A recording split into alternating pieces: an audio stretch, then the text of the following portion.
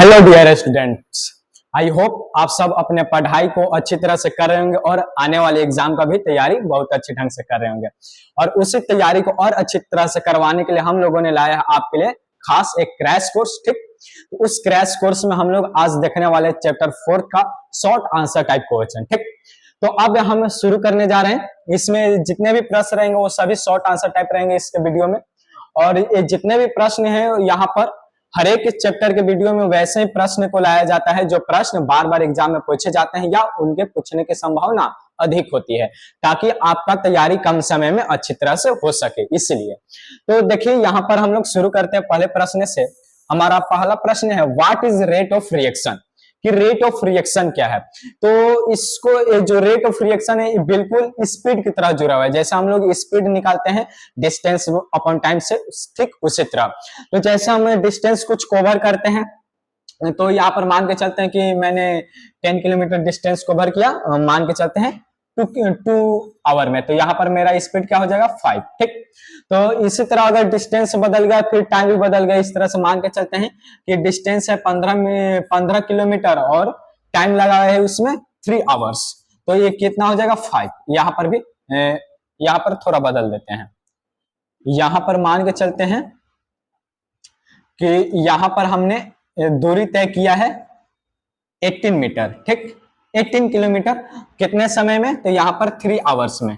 तो यहाँ पर कितना हो जाएगा स्पीड मेरा 6 किलोमीटर। ऐसे यहाँ पर 5 किलोमीटर पर आवर और यहाँ पर 6 किलोमीटर पर आवर। तो ये मेरा स्पीड था अलग अलग स्थिति में। जब मैंने कम समय में 10 किलोमीटर दूरी किया तो इतना, और इस समय इतना। ठीक, तो जैसे हम लोग स्पीड निकालते हैं तो वही सेम स्पीड रिएक्शन में भी हमें देखने को मिलता है। बस यहाँ पर थोड़ा सा अलग होता है। अलग ये होता है कि यहाँ पर हमारा होता है रिएक्टेंट। ठीक, और रिएक्टेंट जब आपस में रिएक्शन करते हैं तो तब बनाते हैं प्रोडक्ट। ठीक, तो प्रोडक्ट बनने में कभी कभी यहाँ पर होता है कि कोई रिएक्शन ऐसा होता है कि बहुत ही फास्ट होता है, कोई बहुत स्लो होता है, तो कोई मीडियम रेट से होता है। तो वही जो फास्ट कितना दर से हो रहा है, कितना स्पीड से हो रहा है, यानी कि कितना जल्दी जल्दी रिएक्टेंट कितना जल्दी से प्रोडक्ट में बदल जा रहा है। कोई धीमे बदलेगा तो उसका स्पीड क्या रहेगा, तो स्लो रहेगा। जो जल्दी से बदल रहा है उसका स्पीड क्या रहेगा, फास्ट रहेगा। तो यहाँ पर स्पीड का है मतलब सीधा सा रेट से। यहाँ पर जो हम स्पीड की बात कर रहे हैं इसी का मतलब क्या हो जाएगा, रेट से यहाँ पर। ठीक, तो यहाँ पर रेट ऑफ रिएक्शन यानी कि सिंपल बोले तो स्पीड ऑफ रिएक्शन। तो यहाँ पर देखिए, तो यहाँ पर कैसे निकाला जाता है, तो यहाँ पर हम लोग कॉन्सेंट्रेशन से बात करते हैं। कॉन्सेंट्रेशन यानी कि नॉर्मल सांद्रता। ठीक, तो देखिए यहाँ पर the rate of reaction is the change in the concentration of any one of the reactant. यहाँ पर रेट ऑफ रिएक्शन क्या होता है, तो रेट ऑफ रिएक्शन चेंजिंग है कैसा, कॉन्सेंट्रेशन में। किसके कॉन्सेंट्रेशन में, तो या तो रिएक्टेंट या तो बोले तो प्रोडक्ट। अगर रिएक्टेंट या प्रोडक्ट के कॉन्सेंट्रेशन में कोई भी बदलाव आता है किसी टाइम में, किसी यूनिट टाइम में, यूनिट टाइम का मतलब किसी 1 सेकंड में या 1 मिनट में या 1 घंटा में, इस तरह से, तो किसी भी यूनिट टाइम में जो इस कॉन्सेंट्रेशन में जो भी चेंजिंग आएगा वही क्या कहलाएगा, रेट ऑफ रिएक्शन कहलाएगा। ठीक, अगर इसको फार्मूला वाइज लिखना चाहे तो इस तरह से हो जाएगा, रेट ऑफ रिएक्शन। तो रेट ऑफ रिएक्शन अगर हम यहां पर बात करें रिएक्टेंट की कॉन्सेंट्रेशन में, तब हमारा हो जाएगा यहां पर decreasing in concentration of reactant। यहां पर मैंने शॉर्ट में लिख दिया है, तो कॉन्सेंट्रेशन ऑफ रिएक्टेंट अपॉन यहां पर टाइम हो जाएगा, उसमें टाइम कितना लगा है, इस तरह से किसी खास समय में कितना यहां पर हुआ है, तो ये हो जाएगा यहां पर रिएक्टेंट के रूप में यहां पर रेट ऑफ रिएक्शन। यहां पर हम लोग इसको ऐसे भी दर्शा सकते हैं, rate of reaction equal increasing in concentration of product। ठीक, concentration of product upon time, इस तरह से। ये है यहां पर रेट ऑफ रिएक्शन का फॉर्मूला, कि यहाँ पर समय के साथ साथ रिएक्टेंट के कॉन्सेंट्रेशन में कितना कमी आएगा वो कहला जाएगा रेट ऑफ रिएक्शन। अगर प्रोडक्ट के बारे में बात करें तो अगर प्रोडक्ट के कॉन्सेंट्रेशन में समय के साथ जो वृद्धि होगा वही क्या कहलाएगा, रेट ऑफ रिएक्शन कहलाएगा। सिंपल सा है, ठीक। तो अब तो हम लोग ये जान गए। तो यहाँ पर आपने कुछ एग्जांपल भी देखे होंगे अपने दैनिक जीवन में, डेली लाइफ में। जैसे कोई आप नॉर्मल लकड़ी को जलते हुए देखे होंगे, तो लकड़ी में क्या होता है कि जैसे उसको ताप दिया जाता है तो बाहरी वातावरण से ऑक्सीजन प्राप्त कर उसके साथ ऑक्सीडाइज होने लगता है, ठीक, और वो जलने लगता है। तो वहां पर क्या होता है कि धीरे धीरे वो लकड़ी राख में बदलते जाता है, यानी कि राख एक तरह से वहां पर क्या है, तो एक तरह से वहां पर प्रोडक्ट है, और जो हमारा लकड़ी है वो क्या हो जाएगा वहां पर, तो रिएक्टेंट हो जाएगा। तो रिएक्टेंट वहां पर क्या हो रहा है, जैसे ही जलना शुरू हो जाता है, जलना शुरू हो गया मतलब रिएक्शन शुरू हो गया।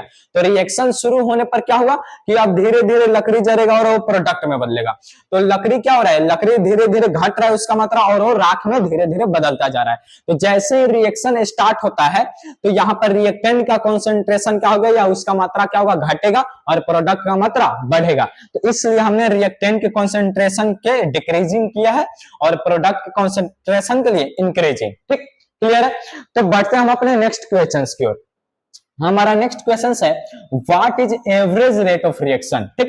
रेट ऑफ रिएक्शन हम लोगों ने देख लिया है, एवरेज रेट ऑफ रिएक्शन क्या है, ठीक।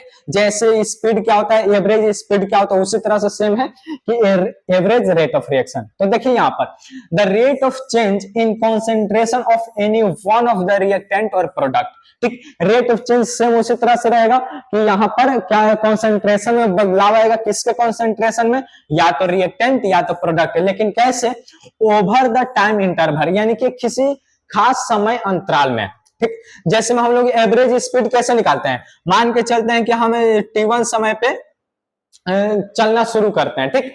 फिर वहां पर हम लोग जाते हैं t2 समय पर कुछ दूरी तय कर लेते हैं। तो t1 पे 0 किलोमीटर, t2 पर यहाँ पर मान के चलते हैं 5 किलोमीटर। तो हम लोग यहाँ पर एवरेज स्पीड कैसे निकालते हैं, तो 5 अपॉन ऐसे 5 minus 0 upon t2 minus t1, इस तरह से कर एवरेज स्पीड हम लोग निकालते हैं, ठीक, कि कितने समय में हम लोगों ने कितना दूरी तय किया, वही क्या कहलाता था, एवरेज स्पीड। तो सेम उसी तरह ये भी है कि हम कुछ कोई भी रिएक्शन है उसमें तो जाहिर सी बात है कि टाइम लगेगा रिएक्टेंट से प्रोडक्ट बनने में। तो रिएक्टेंट से प्रोडक्ट बनने में हमने मान के चला कि 5 मिनट के लिए समय लगा, ठीक। तो उस 5 मिनट में या कुछ ज्यादा भी समय लग सकता है, तो हम वहां पर केवल 5 मिनट लेके चलते हैं कि उस 5 मिनट में कितना रिएक्टेंट प्रोडक्ट में बदल गया, ठीक। तो वहां पर जो रेशियो निकलेगा वही क्या कहलाएगा, एवरेज रेट ऑफ रिएक्शन। तो हम लोग उसे भी यहां पर देख लेते हैं। तो यहां पर अगर फॉर्मूला की तरफ बात करें तो ऐसे हो जाएगा, यहां पर इसको डिनोट ऐसे करते हैं, इस तरह से आर से रेट और ए भी से क्या हो जाएगा हमारा एवरेज। तो एवरेज रेट ऑफ रिएक्शन इस तरह से। तो यहां पर हम लिखेंगे डिक्रीजिंग इन, रुक जाइए यहां पर, यहां इस तरह से, यहां पर हम ऐसे करेंगे, ये तो इसका डिनोट करने का हो गया। अगर मान के चलते हैं कि हम t1 समय पर कोई रिएक्शन शुरू करते हैं, ठीक, उसका कॉन्सेंट्रेशन मान के चलते हैं, रिएक्टेंट का कॉन्सेंट्रेशन मान के चलते शुरू में कितना है R, ठीक, या इसको R1 मान लेते हैं। शुरुआती में कॉन्सेंट्रेशन आ रहा है t1 समय पे। अब रिएक्शन शुरू हुआ, तो रिएक्शन शुरू हुआ तो रिएक्टेंट क्या हुआ, प्रोडक्ट में बदलेगा, तो कुछ समय तो लगेगा ही। तो मान के चलते उस समय t2, ठीक। तो t2 समय पर जो रिएक्टेंट का कॉन्सेंट्रेशन होता है मान के चलता है R2, ठीक। तो यहाँ पर समय में भी कुछ अंतर हमें मिलेगा, ठीक। तो समय का अंतर हम लोग कैसे निकालेंगे, तो t2 माइनस t1 करके अंतर निकाल लेंगे, ठीक। और ये अंतर हमारे किसके बराबर हो जाएगा, तो डेल्टा टी, डेल्टा टी यानी कि कितना समय लगा वो हो जाएगा। और यहाँ पर कॉन्सेंट्रेशन में कैसे निकालेंगे, तो R1 माइनस R2, इस तरह से। तो यहाँ पर भी हमें कुछ कॉन्सेंट्रेशन मिलेगा, तो जिसको हम यहाँ पर इस तरह से कर लेते हैं। तो ये हमारा डेल्टा टी समय लगा, ठीक, कि इतने समय में कॉन्सेंट्रेशन में इतना परिवर्तन हुआ। तो यहाँ पर अगर फॉर्मूला का बात करें एवरेज रेट ऑफ रिएक्शन का, तो यहाँ पर हो जाएगा डेल्टा आर, यानी कि कॉन्सेंट्रेशन में कितना परिवर्तन हुआ और उस परिवर्तन होने में टोटल कितना समय लगा, ठीक, इस तरह से। तो मान के चलते हैं ऐसे, यहाँ पर तो हम लोगों ने वेरिएबल लिया है। अगर यहाँ पर कुछ नंबरिंग टाइम का एग्जांपल ले लिया जाए, मान के चलते हैं कि अगर जो समय था वो 2 सेकंड पर था, 2 सेकंड पर मान के चलते हैं कि जो कॉन्सेंट्रेशन था वो था मान के चलते हैं 5 मोलर। कितना था, 5 मोलर। लेकिन जैसे और समय बढ़ता 5 मिनट और ले लेते हैं, तो 5 मिनट बाद क्या होता है कि यानी टोटल 7वें सेकंड पर, यानी कि कितना है यहाँ पर 7वें सेकंड पर क्या होता है कि इसका कॉन्सेंट्रेशन मान के चलते हैं कि 2 मोलर हो जाता है। क्या हो गया? 2 मोलर। तो यहाँ पर रिएक्शन में भी हम कितना समय लिए, तो यहाँ पर बात किया जाए तो टोटल टाइम हमारा कितना रहेगा, तो 7 - 2 यानी कि 5 सेकेंड। इस 5 सेकेंड में यहाँ पर कितना परिवर्तन हुआ, तो यहाँ पर अगर हम कॉन्सेंट्रेशन में अगर बात करें तो कॉन्सेंट्रेशन में कितना परिवर्तन, 5 - 2 यानी कि 3। तो यहाँ पर अगर हम एवरेज रेट ऑफ रिएक्शन निकालेंगे तो कैसे निकल जाएगा, एवरेज रेट ऑफ रिएक्शन यानी कि जितना बदलाव आया कॉन्सेंट्रेशन में ऊपर और कितना समय लगा उस बदलाव में, यानी कि यहाँ पर 5 सेकेंड। तो ये हो जाएगा rate of, average rate of reaction. इस तरह से निकालते हैं। ये तो क्लियर होगा रेट ऑफ रिएक्शन क्या है। हम यहाँ पर डिटेल में, यहाँ पर तो भले हमने शॉर्ट वीडियो के टाइप पर यहाँ पर शुरू किया है इंपॉर्टेंट क्वेश्चन लेकर, लेकिन यहाँ पर हमने कोशिश किया है कि आपको हर एक टॉपिक अच्छी तरह से समझा दिया जाए, ठीक, ताकि आप पहले पढ़े भी ना हो तो यहाँ पर कोई दिक्कत ना हो। तो बढ़ते हैं हम अपने नेक्स्ट क्वेश्चन की ओर। हमारा नेक्स्ट क्वेश्चन है what is instantaneous rate of reaction, कि इंस्टेंटेनियस रेट ऑफ रिएक्शन क्या होता है। तो देखिए यहाँ पर हम लोग इंस्टेंटेनियस स्पीड भी जानते हैं, तो उसमें क्या होता है किसी खास समय के लिए, जैसे में हम लोगों ने गति किया, तो गति में क्या होता है कि वहां पर हो सकता है 10 मिनट के लिए, 1 घंटे के लिए, 2 घंटे के लिए, ऐसे करते हैं हम लोग गति। तो वहां पर अगर पूछ दिया जाए कि एग्जिट 5 सेकेंड पर स्पीड क्या थी या एग्जिट 16 सेकेंड पर स्पीड क्या थी, इस तरह से कि यहाँ पर मान के चलते हैं कि 5 बजे से लेकर 6 बजे तक हम लोग कुछ यहाँ पर बाइक चला रहे हैं, तो वहां पर अगर पूछ दिया जाए कि 5:21 पर आपका स्पीड क्या होगा, तो किसी खास समय का हम बात कर रहे हैं, ठीक, पार्टिकुलर टाइम का, स्पेशल टाइम का। तो अगर इसी तरह रिएक्शन में भी बात किया जाए किसी खास टाइम का, तो वहां पर क्या होगा, उसी टाइम को वहां पर जो रेट होगा वही क्या कहलाएगा, इंस्टेंटेनियस रेट ऑफ रिएक्शन। किसी खास समय के लिए पूछ दिया जाएगा तब, ठीक।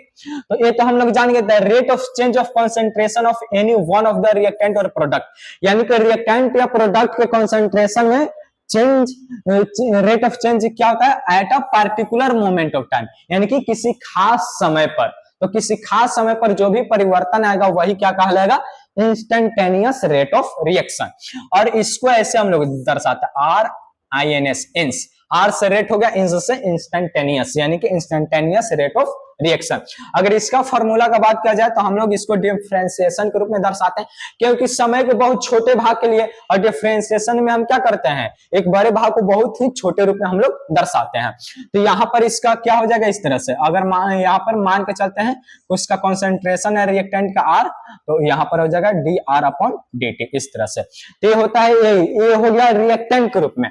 अगर इसी को बात करें हम लोग प्रोडक्ट के रूप में, तो प्रोडक्ट के रूप में हो जाएगा इस तरह से, P से यहाँ पर हमने प्रोडक्ट को दर्शाया है dt, इस तरह से। अब एक और खास बात कि यहाँ पर जो रिएक्टेंट है समय के अनुसार, जैसे रिएक्शन शुरू होता है समय के अनुसार घटते जाता है, तो इसलिए यहाँ पर माइनस लग जाएगा।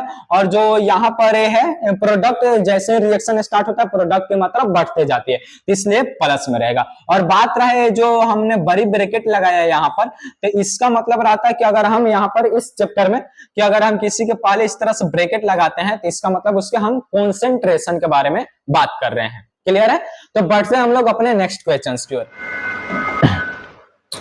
अब हमारा अगला प्रश्न है 4th नंबर कि व्हाट इज रेट लॉ, ठीक। इसमें अब हम लोग देखते हैं, तो ये है the rate law is stated, कि रेट लॉ क्या था, क्या है, एट अ गिवन टेम्परेचर, एक दिए हुए तापमान पर, the rate of a chemical reaction या बोले तो rate of reaction is directly proportional to the product of the molar concentration of the reactant, ठीक, इस तरह से है। तो यहां पर क्या है, तो अगर जो रेट ऑफ रिएक्शन रहेगा किसी खास समय पर तापमान पर, वो जो क्या रहेगा, डायरेक्टली प्रोपोर्शनल रहेगा, किसका, the product of the molar concentration, यानी कि मोलर कॉन्सेंट्रेशन के प्रोडक्ट का डायरेक्ट प्रोपोर्शनल रहेगा। लेकिन ये कॉन्सेंट्रेशन किसका रहेगा, तो ये कॉन्सेंट्रेशन रहेगा रिएक्टेंट का, ठीक। तो मान के चलते हैं कि हमारे पास एक रिएक्शन है जिसमें हो रहा है A+B और ये प्रोडक्ट बन रहा है मान के चलते हैं C, इस तरह से। तो यहाँ पर ये हो गया, तो यहाँ पर A का कॉन्सेंट्रेशन को हम लोग कैसे दर्शाएंगे, इस तरह से, और B के कॉन्सेंट्रेशन को कैसे दर्शाएंगे, इस तरह से। तो ये तो हो गया रिएक्टेंट का कॉन्सेंट्रेशन। तो अब इसके अनुसार रेट लॉ के अनुसार हम कैसे लिखेंगे यहाँ पर रिएक्शन को, तो यहाँ पर इस तरह से हो जाएगा।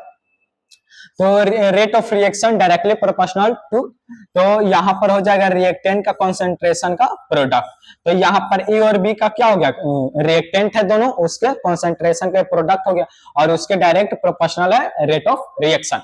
अब बात यहाँ पर एक और ध्यान रखने वाले है कि यहाँ पर कुछ एक्सपोनेंट्स भी होता है, और ये जो एक्सपोनेंट्स है यानी कि रेट लॉ इक्वेशन में जो इसको पूरा बोला जाएगा यहाँ पर रेट लॉ इक्वेशन। क्या बोला जाएगा, रेट लॉ इक्वेशन। ठीक, इसका और भी हम लोग सिंप्लीफाई करेंगे अभी। तो यहाँ पर इसमें जो एक्सपोनेंट्स है इसको प्रैक्टिकली ज्ञात किया जाता है, इसको थ्योरेटिकली हम लोग ज्ञात नहीं कर सकते, प्रैक्टिकली ज्ञात किया जाता है। अब इसको और सिंप्लीफाई करें तो यहाँ पर डायरेक्टली प्रोपोर्शनल के साइन पर आएगा इक्वल, और यहाँ पर एक आएगा कांस्टेंट। ठीक, और इसके बाद सेम इस तरह से हम लोग लिख देंगे, ये हो गया। अब तो यहाँ पर के क्या है, तो यहाँ पर के को बोला जाता है वेयर के इक्वल रेट कांस्टेंट। क्या है, तो इसको बोला जाता है रेट कांस्टेंट। इस रेट कांस्टेंट को भी हम लोग जानेंगे कि आखिर ये होता क्या है। तो इस तरह से हम लोग जान गए, क्लियर है रेट लॉ है क्या।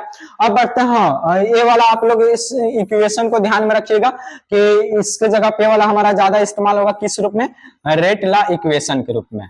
आप लोग इसको ध्यान रखिएगा, रेट लॉ इक्वेशन। तो बढ़ते हैं आप लोग, हम लोग नेक्स्ट क्वेश्चन को। हमारा नेक्स्ट क्वेश्चन है व्हाट इज रेट कांस्टेंट। अब रेट कांस्टेंट क्या है, जो कि हम लोगों ने अभी ही देखा था। तो देखिए, when the molar concentration of each reactant is taken has unity then rate of reactant is called rate constant. जो हम लोगों ने यहाँ पर अभी देखा था रेट लॉ के अनुसार, रेट लॉ इक्वेशन, तो उसमें जो भी रिएक्टेंट का कंसंट्रेशन था, तो अगर वो कंसंट्रेशन क्या हो, 1 हो यानी कि यूनिटी हो, तब वहां पर जो रेट रहेगा, रेट ऑफ रिएक्शन, वही क्या कहलाता है, वही हमारा कहलाएगा रेट कांस्टेंट। तो देखिए सूत्र के अनुसार हम यहाँ पर अभी परिभाषा के अनुसार बात करें तो यहाँ पर क्या हो जाना चाहिए, ए का कॉन्सेंट्रेशन बी का कॉन्सेंट्रेशन सब यूनिटी यानी कि 1 मोल पर लीटर। ठीक, तो यहाँ पर फॉर्मूला क्या होता है, तो रेट लॉ के अनुसार, तो यहाँ पर फॉर्मूला था R equal k into concentration of A into concentration of B. इस तरह से अगर और भी है प्रोडक्ट रिएक्टेंट तो और भी इस तरह से उसका कंसंट्रेशन आ जाएगा। क्लियर है। तो अब यहाँ पर हमने क्या कहा था इस परिभाषा के अनुसार कि ये सब क्या होना चाहिए, इसका कंसंट्रेशन 1 यानी कि वैल्यू क्या हो जाएगा 1 हो जाएगा।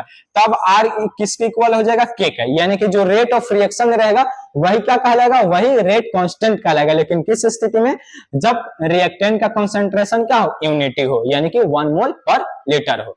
तो ये तो हमारा क्लियर होगा रेट कांस्टेंट है क्या। तो बढ़ते अब हम अपने नेक्स्ट क्वेश्चन की ओर। हमारा नेक्स्ट क्वेश्चन है right the difference between rate of reaction and rate constant. Rate और यहाँ पर रेट ऑफ रिएक्शन और रेट कांस्टेंट के बीच में डिफरेंस देखना है। तो बात करें रेट ऑफ रिएक्शन क्या है, तो is the concentration of reactant और प्रोडक्ट पर यूनिट टाइम। तो हम लोगों ने रेट ऑफ रिएक्शन का डेफिनेशन में क्या जाना था, तो एक ऐसा है, क्या है, तो रिएक्टेंट के कंसंट्रेशन या बोले तो प्रोडक्ट के कंसंट्रेशन किसी समय के साथ वहां पर होता है वो रेशियो के रूप में यानी कि पर यूनिट टाइम। ठीक, अगर बात करें रेट कांस्टेंट में तो क्या होता है, it is proportionally constant in the rate law. तो ये रेट कांस्टेंट क्या होता है, तो ये जो रेट लॉ इक्वेशन हम लोगों ने देखा था तो उसमें क्या होता है, प्रोपोर्शनली कांस्टेंट होता है। ठीक, कांस्टेंट के रूप में हम जब ने कांस्टेंट को क्या बोलते हैं, प्रोपोर्शनल को साइन हटाया था तो हम लोगों ने एक कांस्टेंट के यूज किया था, यानी कि यही के जो है रेट कांस्टेंट, यही क्या है, एक प्रकार का प्रोपोर्शनल कांस्टेंट है। अगर बात करें रेट रिएक्शन में फिर से, तो it is depend upon the initial concentration of reactant.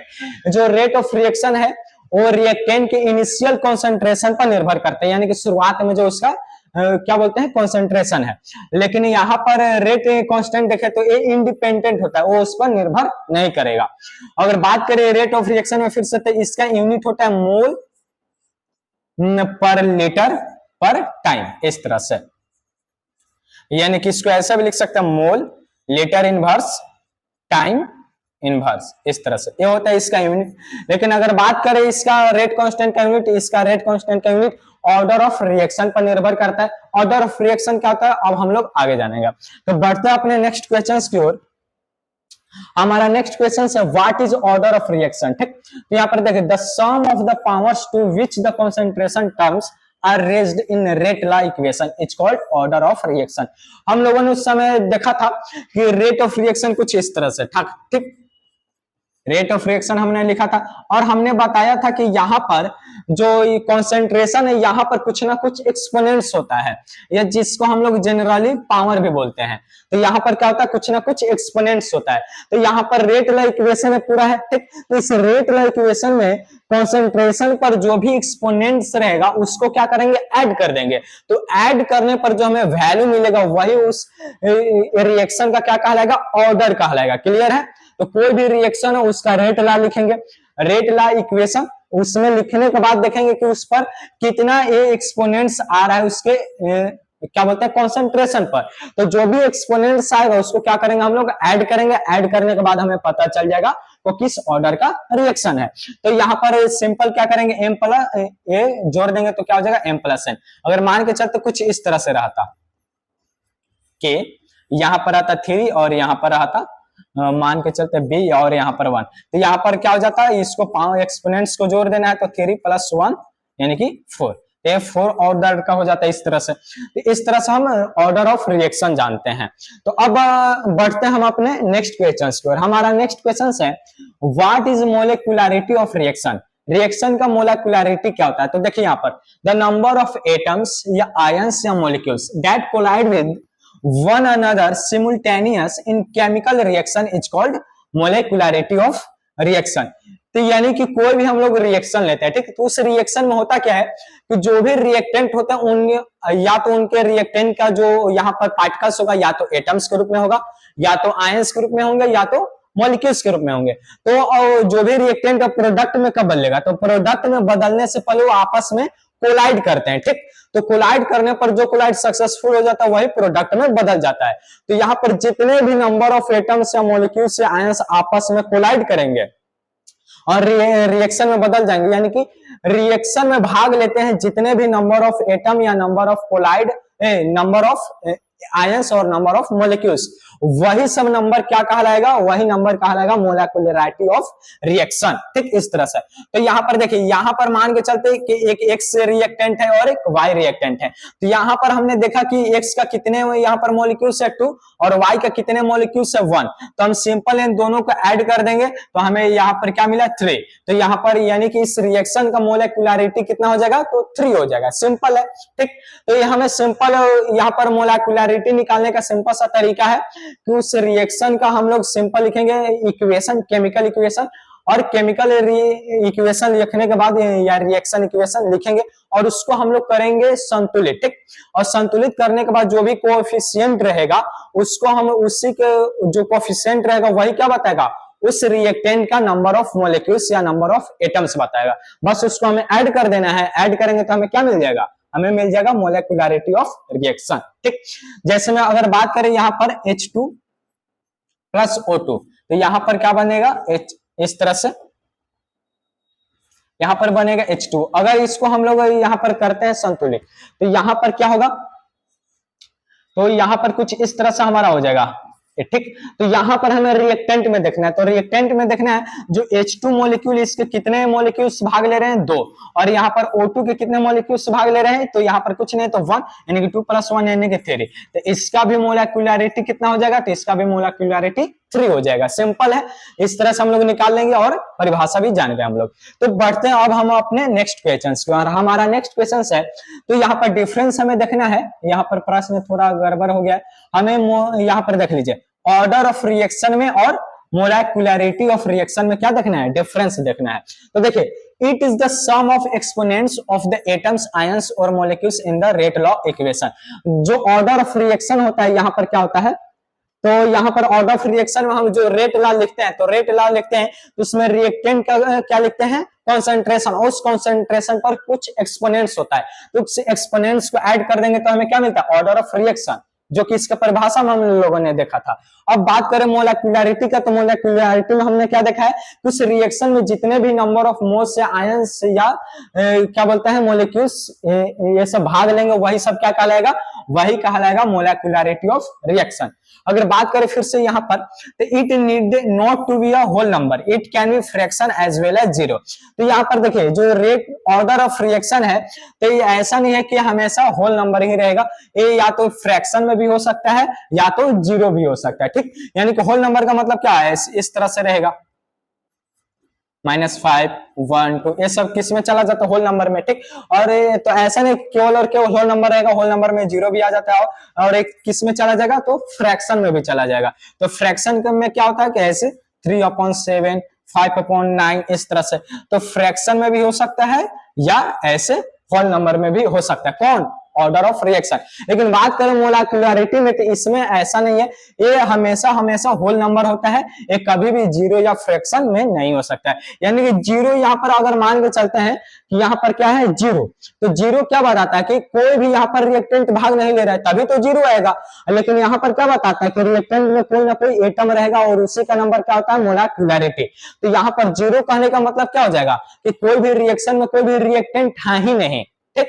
तो ऐसा तो होगा नहीं कि बिना रिएक्टेंट का रिएक्शन हो जाए, तो इसलिए यहाँ पर जीरो नहीं संभव है, साथ में फ्रैक्शन भी संभव नहीं है, केवल और केवल क्या संभव है, तो होल नंबर संभव है, ठीक। अब अगर बात करें यहाँ पर order of reaction, it can be determined experimentally only and not be theoretically, इसको केवल और केवल एक्सपेरिमेंट की सहायता से लैब में हम लोग ज्ञात कर सकते हैं, लेकिन थ्योरेटिकल नहीं ज्ञात कर सकते हैं। लेकिन ये मोलेकुलरिटी को हम लोग सिंपल मॉलिक्यूल्स के नंबर को ऐड करके कैलकुलेट कर सकते हैं। तो ये था इन दोनों में डिफरेंस जो कि क्लियर है। तो बढ़ते हम लोग अपने नेक्स्ट क्वेश्चन की ओर। हमारा नेक्स्ट क्वेश्चन है what is zero order reaction. ये जीरो ऑर्डर रिएक्शन क्या है, ये भी सिंपल सा है लेकिन बहुत इंपॉर्टेंट है, देख लीजिए। A chemical reaction whose rate is proportional to the zero power, या यहाँ पर एक्सपोनेंट्स रहेगा, zero exponents of the molar concentration of reactant is called zero order। अब देखिए यहां पर अगर हम लिखते हैं रेट लॉ के अनुसार ऐसे, ठीक, ऐसे लिखते हैं, ये है कोई एक रिएक्टेंट है, अगर यहां पर अगर हम बात करें कि यहां पर जो कंसंट्रेशन है और इसका एक्सपोनेंट्स क्या हो जाता है, जीरो हो जाता है, क्या हो जाता है, एक्सपोनेंट्स जीरो, तब यहां पर ये क्या कहलाएगा, ये कहलाएगा जीरो ऑर्डर का रिएक्शन। तो अगर यहां पर के को हटाते हैं रेट कांस्टेंट को, तो कुछ इस तरह से हम लोग लिखेंगे, ठीक, इस तरह से इसको लिखा जाएगा। यानी कि अगर कोई भी ऐसा रिएक्शन हो जिसमें रिएक्टेंट के कंसंट्रेशन का एक्सपोनेंट्स कितना हो, जीरो, तो उस जीरो के यहाँ पर क्या हो, उसका ही प्रोपोर्शनल हो उसका रेट, ठीक। तो वैसे ही ये रिएक्शन को क्या बोलेगा, जीरो ऑर्डर रिएक्शन बोला जाता है। क्लियर है। इसको अदर यहाँ पर देखा जाए इन डिफरेंट टाइप्स में, तो इस तरह से हम लोग लिख सकते हैं इक्वेशन के रूप में। अगर बात करें नेक्स्ट क्वेश्चन का, तो है हमारा what is first order reaction. First order reaction क्या है, तो देखिए ये क्या है, a chemical reaction whose rate is directly proportional to the one exponents. जो फर्स्ट ऑर्डर रिएक्शन क्या होता है, तो ये होता है यहाँ पर ये भी डायरेक्टली प्रोपोर्शनल रहेगा रेट, लेकिन किसका रहेगा, तो मोलर कॉन्सेंट्रेशन ऑफ रिएक्टेंट, यानी कि रिएक्टेंट के मोलर कॉन्सेंट्रेशन और उसका एक्सपोनेंट्स कितना रहेगा, 1 रहेगा, यानी कि कुछ ऐसे रहेगा। और यानी कि रेट ऑफ रिएक्शन यहाँ पर डायरेक्टली प्रोपोर्शनल, और इसके बाद मान के चलते हैं कि यहाँ पर कोई रिएक्टेंट का क्या है कॉन्सेंट्रेशन, तो इसका एक्सपोनेंट कितना रहेगा, 1। तो अगर कोई भी रिएक्शन है और उसका रेट क्या है, उसके रिएक्टेंट के कॉन्सेंट्रेशन के एक्सपोनेंट 1 है, उसका डायरेक्टली प्रोपोर्शनल है, तो वही रिएक्शन क्या कहलाएगा, फर्स्ट ऑर्डर रिएक्शन कहलाएगा। अगर जीरो हो जाता है तब जीरो ऑर्डर रिएक्शन कहलाएगा। ये तो हमारा क्लियर है। बढ़ते अपने नेक्स्ट क्वेश्चन की ओर, हम जो कि है what is pseudo first order reaction. Pseudo first order reaction क्या है, नाम में है झूठा या छद्म, ठीक। सूडो का मतलब ये होता है सच्चा नहीं, झूठा। तो अब देखते हैं यहाँ पर झूठा फर्स्ट ऑर्डर रिएक्शन क्या है, तो such reaction which are not truly of the first order, ऐसा रिएक्शन जो वास्तव में या सच में फर्स्ट ऑर्डर का तो नहीं होता, लेकिन अंडर सर्टेन कंडीशन, लेकिन किसी खास स्थिति में become reaction of first order, लेकिन वो किसी खास कंडीशन में या स्थिति में क्या हो जाता है, फर्स्ट ऑर्डर का रिएक्शन हो जाता है, तब उसे हम क्या कहते हैं, सूडो फर्स्ट ऑर्डर रिएक्शन। वास्तव में वो नहीं होता है, लेकिन किसी खास कंडीशन में वो फर्स्ट ऑर्डर बन जाता है, तब उसको हम क्या बोलते हैं, सूडो फर्स्ट ऑर्डर रिएक्शन। तो देखिए यहाँ पर एग्जांपल का बात करें तो एग्जांपल है हाइड्रोलिसिस ऑफ एथिल एसीटेट।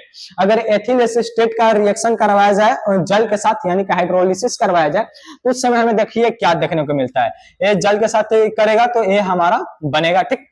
तो अब देखिए यहाँ पर अगर इसका लिखा जाए रेट लॉ के अनुसार तो ये क्या हो जाएगा, यहाँ पर भी पावर 1 रहेगा, यहाँ पर भी पावर 1 रहेगा, ठीक। इस तरह से सिंपली तो यहाँ पर अगर ऑर्डर का बात किया जाए तो ऑर्डर क्या हो जाता है, तो बस हमें यहाँ पर इस एक्सपोनेंट्स को जोड़ लेते हैं, तो यहाँ पर क्या हो जाएगा 1 + 1 यानी कि 2, यानी कि ये सेकंड यहाँ पर क्या हो जाएगा, सेकंड ऑर्डर वाला रिएक्शन हो जाएगा।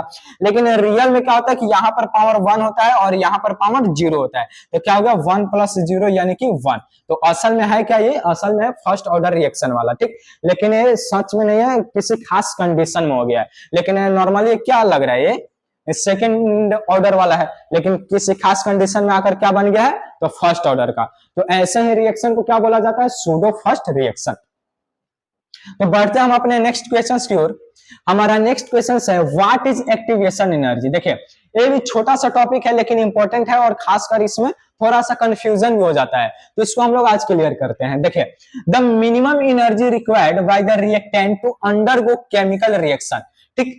अगर कोई यहाँ पर रिएक्टेंट है और उसको रिएक्शन करना है, यानी कि रिएक्शन करने का मतलब क्या है कि वो प्रोडक्ट में बदलेगा, तो प्रोडक्ट में बदलने के लिए उसको जो एनर्जी चाहिए रिक्वायर्ड एनर्जी, वही रिक्वायर्ड एनर्जी क्या कहलाता है, एक्टिवेशन एनर्जी कहलाता है। यहाँ पर क्लियर है इसको, और हम लोग आगे बढ़ेंगे तो और भी यहाँ पर अभी इसके बाद थ्रेशोल्ड एनर्जी आने वाला है, तो उसको हम लोग उसके साथ और अच्छी तरह से देखें। तो यहाँ पर तो हम लोग समझ गए कि कोई भी रिएक्टेंट है अगर वो बदलना चाहता है प्रोडक्ट में, तो बदलने के लिए उसको कुछ एनर्जी चाहिए, तो जो एनर्जी चाहिए, जो रिक्वायर्ड एनर्जी है, वही क्या हो जाता है, एक्टिवेशन एनर्जी, और इसको हम लोग दर्शाते हैं ई एस से। इस तरह से क्लियर। बढ़ते हैं नेक्स्ट क्वेश्चन की ओर और वहां भी इसको थोड़ा सा देखेंगे। What is threshold energy. तो देखिए थ्रेशोल्ड एनर्जी है क्या, the minimum amount of energy which the reactant molecules must possess for effective collision in forming the product। तो देखिए यहाँ पर क्या होता है कि हम लोग जानते हैं कि रिएक्शन में क्या होता है कि रिएक्टेंट के मॉलिक्यूल्स या आयंस एटम्स आपस में कोलाइड करते हैं, कोलाइड करने के बाद ही किसमें, प्रोडक्ट में बदलते हैं। तो इस कोलाइड करने के लिए क्या होता है, एक रिक्वायर्ड एनर्जी चाहिए होता है। अगर उस एनर्जी पर्याप्त रूप से मिल जाता है उतना अमाउंट, तब वो क्या करेगा, वो कोलाइड करने के बाद प्रोडक्ट में बदल जाएगा। लेकिन अगर उतना एनर्जी नहीं मिलता है तो कोलाइड करने के बाद भी क्या होगा, वो प्रोडक्ट में नहीं बदलेगा। तो वो जो एनर्जी चाहिए प्रोडक्ट में बदलने के लिए कोलाइड होने के बाद, तो वही मिनिमम अमाउंट ऑफ एनर्जी क्या कहलाता है, यहाँ पर थ्रेशोल्ड एनर्जी कहलाता है। और ये होता क्या है थ्रेशोल्ड एनर्जी, तो एक्टिवेशन एनर्जी और नॉर्मल एनर्जी के दोनों के सम के इक्वल होता है। अब देखिए यहाँ पर थोड़ा सा हम लोग इसको और तोड़ के समझते हैं कि होता क्या है। मान के चलते कि आप हम बाजार में कोई सामान खरीदने जाते हैं, या मान के चलते वो पेन ही है, आप बाजार से कोई मार्केट से पेन लाने जाते हैं, ठीक। उस पेन का मान के चलते प्राइस है 15 रुपीज, कितना है 15 रुपीज, और आपके पास है पहले से मात्र मान के चलते हैं कि आपके पास है 10 रुपीज। तो यहाँ पर ये जो आपके पास पहले से जो रुपीज है वो क्या हो जाएगा, नॉर्मल एनर्जी, माने क्या हो जाएगा, नॉर्मल एनर्जी के रूप में इसको लेकर चलते हैं। और रिएक्शन होने के लिए यानी कि उस पेन को बाई करने के लिए हमें कितना रुपये चाहिए, तो 15, यानी कि पूरे रिएक्शन के लिए रिक्वायर्ड एनर्जी है, रिक्वायर्ड एनर्जी। तो अब देखिए यहाँ पर अगर यहाँ पर इसको पूरे 15 रुपीज मिलता है तब हम क्या करेंगे, उस पेन को खरीद सकते हैं, नहीं तो नहीं खरीद सकते हैं। लेकिन अभी तो हमारे पास 5 रुपीज है, तो अभी हमें कितना रुपीज का रिक्वायर्ड है, तो यहाँ पर हमें रिक्वायरमेंट है 5 रुपीज का, इतना ही है। तो अभी जितना रुपीज का रिक्वायरमेंट है, यानी कि अभी जितना एनर्जी का रिक्वायरमेंट है वही एनर्जी क्या कहलाता है, तो वही एनर्जी कहलाता है एक्टिवेशन एनर्जी। तो ये किस रूप में हो जाएगा हमारा, एक्टिवेशन एनर्जी।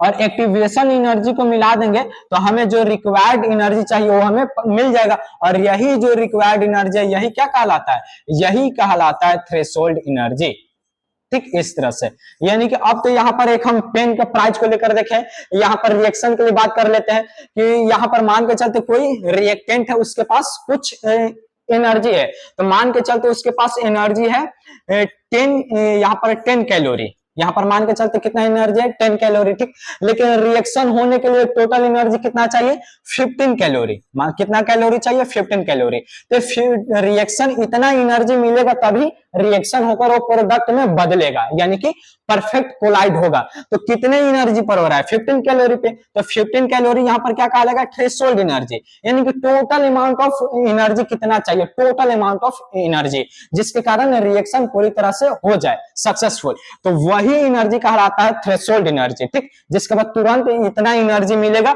और जैसे इतना एनर्जी मिल जाएगा वो तुरंत किसमें बदल जाएगा, प्रोडक्ट में बदल जाएगा। एक क्लियर है थ्रेशोल्ड एनर्जी। और हर एक रिएक्टेंट के पास अपना कुछ ना कुछ पहले से एनर्जी होता ही है, तो जो पहले से एनर्जी होगा उसी को क्या बोलेंगे नॉर्मल एनर्जी। और इसके बाद कितना रिक्वायर्ड एनर्जी चाहिए 10 से 15 पे जाने के लिए, तो 5 कैलोरी। तो कितना एनर्जी चाहिए यही क्या कहलाता है, तो ये कहलाता है एक्टिवेशन एनर्जी। तो आप लोग यहाँ पर समझ चुके हैं कि एक्टिवेशन एनर्जी क्या होता है, थ्रेशोल्ड क्या होता है और नॉर्मल एनर्जी क्या होता है, और यहाँ पर आपका डाउट भी क्लियर होगा। तो अब बढ़ते हैं हम लोग अपने नेक्स्ट क्वेश्चन की ओर। हमारा नेक्स्ट क्वेश्चन है राइट आर्हेनियस इक्वेशन। ये भी बहुत इंपॉर्टेंट है, तो हमें सिंपल यहाँ पर आर्हेनियस इक्वेशन को लिखना है। तो देखिए यहाँ पर क्या होता है कि k equal a into e to the power minus E A upon R upon T, इस तरह से, ठीक। तो जहां पर k क्या है, तो k है रेट कांस्टेंट, अगर a है तो a यहाँ पर लॉगरिथम में कांस्टेंट आ जाता है, क्योंकि डायरेक्ट इक्वेशन है इसको निकाला जाता है, तो वहां पर लॉगरिथम यूज किया जाता है, इसके कारण a भी आया है। और यहाँ पर जो e है ये क्या है, तो यह है हमारा एक्टिवेशन एनर्जी, जो कि उसके डेफिनेशन में हम लोग ने देखा था। r क्या है, तो r यहाँ पर है गैस कांस्टेंट और t है टेम्परेचर, जिसको हम लोग यहाँ पर केल्विन में रखते हैं। तो यह है हमारा आर्हेनियस इक्वेशन। इससे थोड़ा सा क्वेश्चन में चेंजिंग करके ऐसे भी पूछ लेता है कि शो द, हमारा एक क्वेश्चन इसको ऐसे भी पूछ लेता है, शो द रिलेशन बिटवीन